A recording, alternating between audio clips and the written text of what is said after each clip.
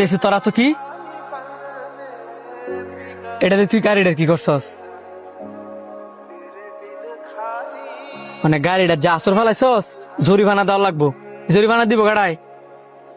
আব্বা কেউ তো দেখছে না, তো আমরা যাইগা। চুপ আয়।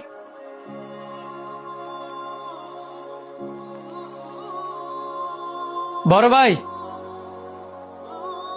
বাইরে যে নীল কালারের প্রাইভেট কার ওইটা কি আপনার?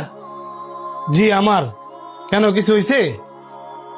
ওইসে বলতে গেলে কি ভাই, আমার ফ্লায়ার আমি রাস্তা দায়িত্ব দিতেছিলাম, পরে ইডের কণা দিয়া আপনার গাড়ির মধ্যে হ্যাঁ আসর দিছে। কি কোন গাড়ির মধ্যে আসর দিয়ে দিছে? মানে আইনছে দেই। তোরা না যে করি এত লঙ্কামি করতি, এন বেড়া যেই মিলে চিত্তে গেছে তোরা আমার আজকে বাইন্দা রেখে দিব।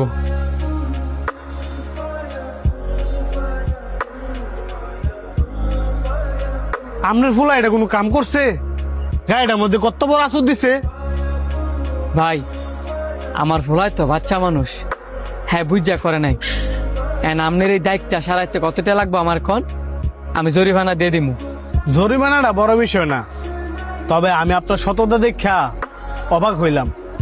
আপনার ছেলে যখন এই কাজটা করছে, আমি তো ছিলাম ওই ভিতরে, কেউ তো দেখে নাই। আপনারা চাইলে তো যাইতে গিয়েই পারতেন, কিন্তু তা না কইরা আমারে খুঁজে বের করলেন। কেউ দেখে নাই মানে? আপনার এই কথাটা হচ্ছে ভুল। প্রথমত আমার আল্লাহ দেখছে, দ্বিতীয়ত আমার পোলাইটা সাক্ষী।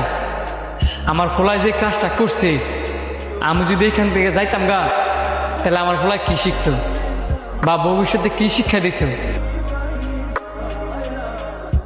এই যে সে একটা অপরাধ করছে, তারা যদি আমি প্রশ্রয় দেই, তারা যদি আমি অনুতপ্ত না শিখাই, তাহলে ভবিষ্যতে বড় বড় অপরাধ কইরাও তার ভিতরে অনুতপ্ত কাজ করতো না।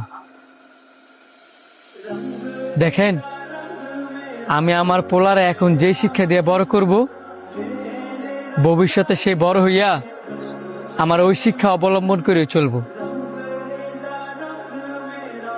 এখন আপনি বলেন, আপনার জরিমানা কত দিতে হইব? আমার আবার যাইতে হইব। না না ভাই, জরিমানা লাগবে না। আপনার কথাগুলো শুনেই আমার মন ভরে গেছে গা। প্রত্যেকটা বাবা মারই